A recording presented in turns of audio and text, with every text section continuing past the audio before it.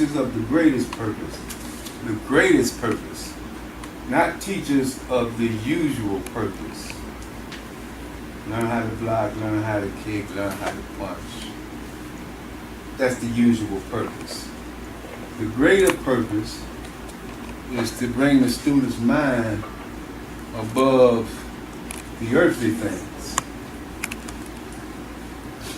It said that all men and women are travelers on a journey throughout this world. We're traveling through this world. The first home is the cradle, and the second home is the grave. We come into the cradle, but we know we're headed for the grave. And the ultimate place is either paradise or hell. Either you're going to end up in hell or you're going to end up in paradise. I believe in the afterlife, so it matters to me. Okay? So if you're a good person, you're going to do deeds that make it easier for you to get to paradise. If you're an evil person, you're going to make it easier for you to get to hell. I mean, it's just as simple as that. Because people cannot go through life, travel through this life, just doing anything they want to do, and there's no consequences. Okay? Even if you believe Jesus died for your sin, you got to understand, in the end, Jesus ain't going to be vouching for you. Hey, look, man, whatever I did. But yeah, you went on doing that. That's on you.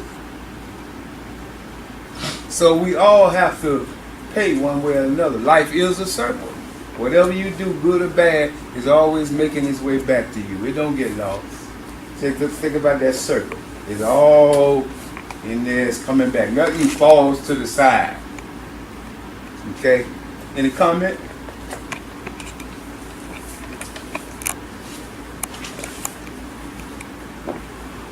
While sitting and pondering the possibilities of life, I asked myself this question.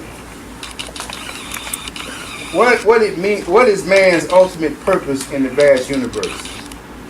What is his ultimate purpose? Somebody, I need you to tell me. What's your ultimate purpose? Seeking knowledge. I want to hear that from everybody. What is it? Seeking knowledge. Seeking knowledge. What do you say, Sensei Lee? Basically trying to find yourself and try to sort of fit in yourself. Self-knowledge, okay. What do you say, Keon? The ultimate purpose is to develop yourself into that spiritual being where you are benefiting the blessing of others and a reflection of the Creator. Okay. What do you say, Sensei Sandy? My purpose would be, from a coaching experience, is pass on past experience and mistakes I made in life, and to teach these young men to do right and not do what I did and make those mistakes I did in life. So that's one of my purposes, was to teach them, from my past experience, as a coach. A mentor, okay. Right. That's good. Sensei Devin. Be the best human being I could be. Be the best human being you can be. That's definitely, that's at the top of the list. Arvin. I'm just trying to leave the world a little better than I found it. Okay. All right. Johan, what's your purpose in life?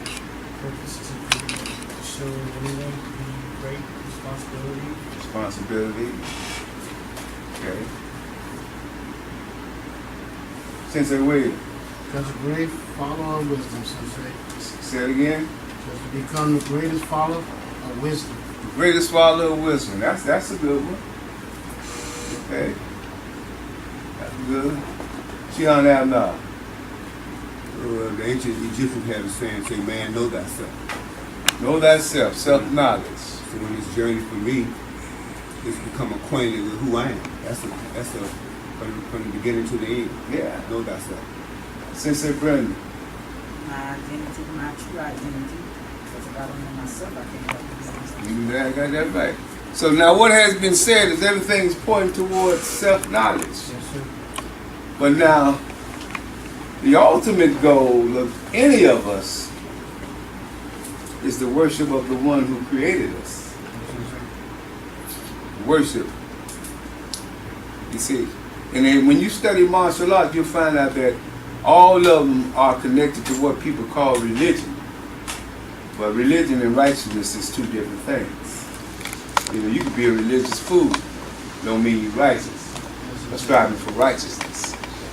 So the most important thing, and I like to ask this question, what would you say is the first open book of knowledge? The first open book of knowledge. What do you learn from first? Wow. Your mom. What else? Creation. Creation is the first open book of knowledge. That's why the Kung Fu people learn Kung Fu, they watch their animals. So they call it the tiger, the crane, the monkey, you know, they learn. And if we study the books that we read, whether it's the Bible or the Quran, we'll find out that it's always pointing us back to the creation. The sun, the moon, the stars. Everything has its order. Nothing falls to the wayside. Everything is doing what it's supposed to do.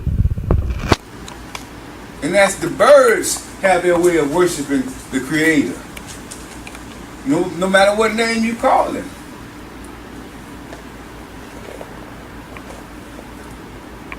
But the main purpose is to worship the one who put that breath into your body.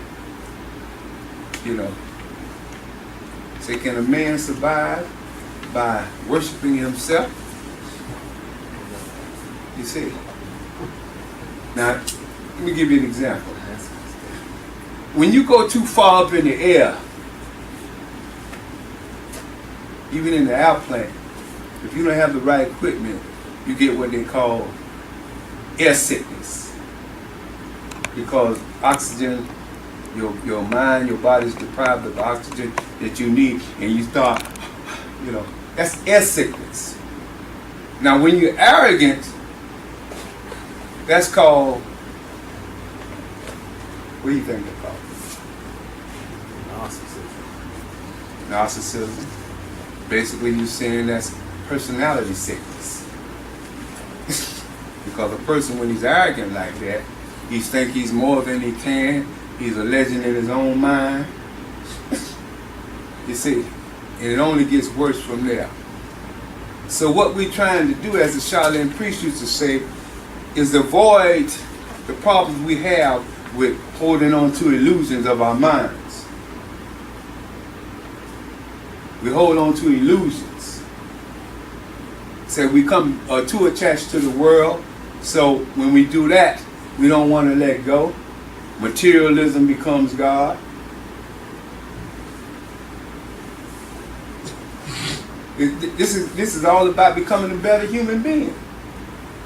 And the best thing you can do is try to find somebody to help. You know, we're not born into the world understanding that people's skin color matter. It may matter on a physical level, but the Creator gave us many different colors. You don't see animals running around, you know, because they got spots on the back and the rest of the animals jump on him. Oh man, he got spots, man. Let's get it. You know, animals, they work together. Some of them natural enemies, some of them not. You know, you can't come between a mother and her cubs. Wrong thing. So that's a natural instinct. That's in us too. Protecting our family, protecting the ones we love. This is all about self-defense. What I'm telling you. We need to hear this more in martial arts schools.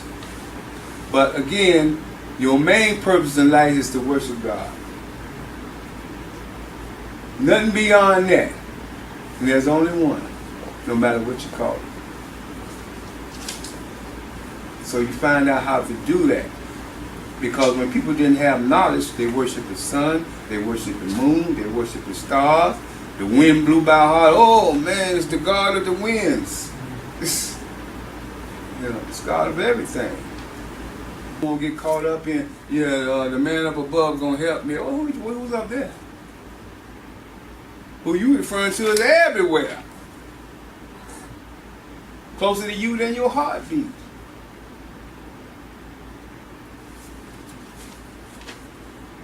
Any questions?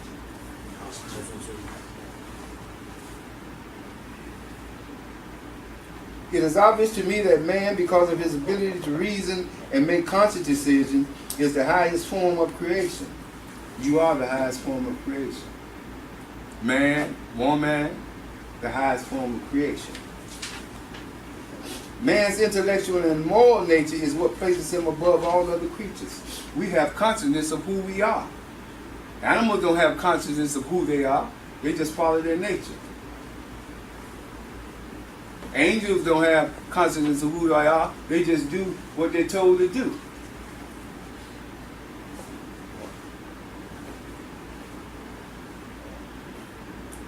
It is said that the teacher who teaches only for the sake of this world is an unfortunate teacher, and this is because he does not teach his students to remove the obstacle to good deeds. You keep on teaching them how to punch, kick, and do everything else, but you never teach them anything deeper than that. Remove the obstacle to good deeds. What is an obstacle? Pride. Pride. Pride. And that's really serious one. And I came across something that says if you have an ounce of pride in your heart, doors of paradise is not open to you. There can be more than what you are. Humility is a sign of greatness. Arrogance is a sign of stupidity. Humility, being humble.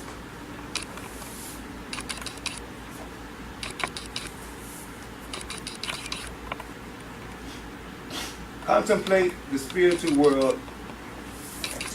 Also teaches the students to contemplate the spiritual world and to remember the Creator's rewards and punishment, seen and unseen. You want to bring that student, or you want to be a spiritual mentor, make sure they think about the spiritual world, what's really going on. It says the dead man's soul is a spiritual now. He can die physically, but his soul lives on. Soul is not dead, but one day, say we all be risen up again. Everybody have to account for what they did. You have to be careful what you say. Because a man could speak a word that could take him to the depths of hell farther than the east or the west. You have to be careful what you say to people. You can do all the good deeds and all the praying you want, but you don't know how to treat people. You don't know how to talk to people. Nothing else ain't gonna matter.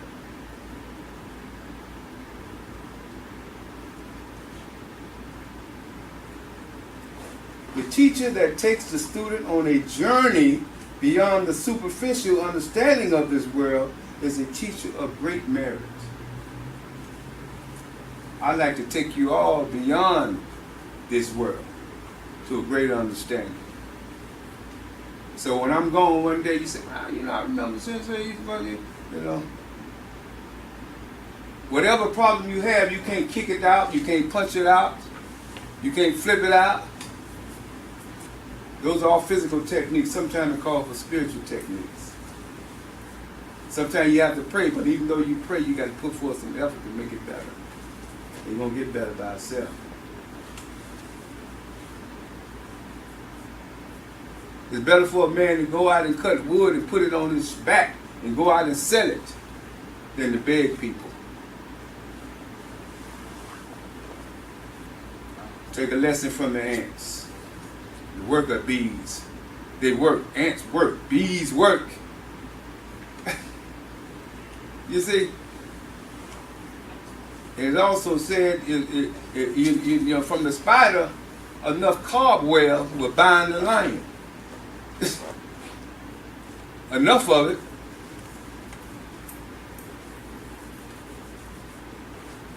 It is a fact that an individual cannot teach past the limitations of his or her knowledge. You can't go past what you know. bam, period. You right there.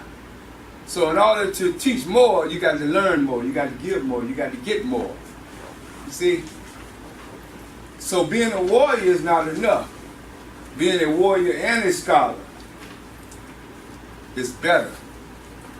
Being a man is not enough. Being a conscious man is better. I'm a man. No, you a male. Not a man.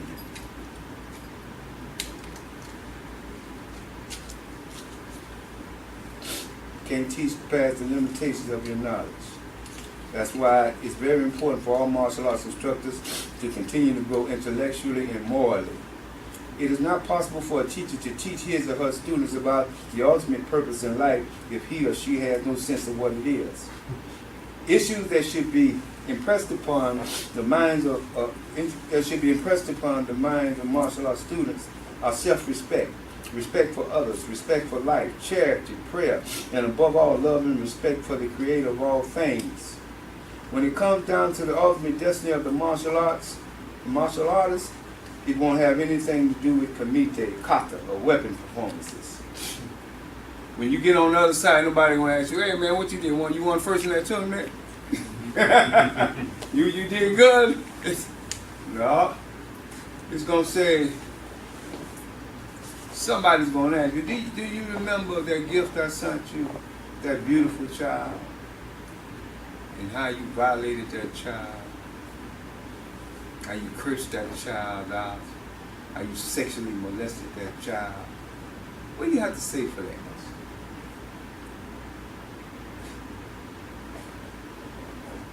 There won't be nothing to say for that. If the world gets better, it's because we stop abusing children. Because as you abuse the children, they grow up to be abused adults with craziness in their heads. And you be asking, what happened? The crazy adults happen.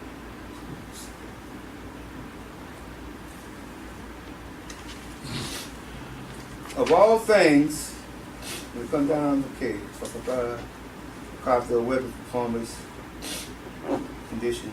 When it comes down, it will all come down to one thing: the conditions of the soul. And that would be based upon the condition of the heart and mind of each individual. I really don't think we can afford to continue to be superficial in our teachings. Let's not make martial art tournaments the ultimate goal of human life. I truly believe that there is a life beyond this one, and it would be more than a tragedy to end this world's journey unprepared. I extend peace to all teachers of the greatest purpose. Professor?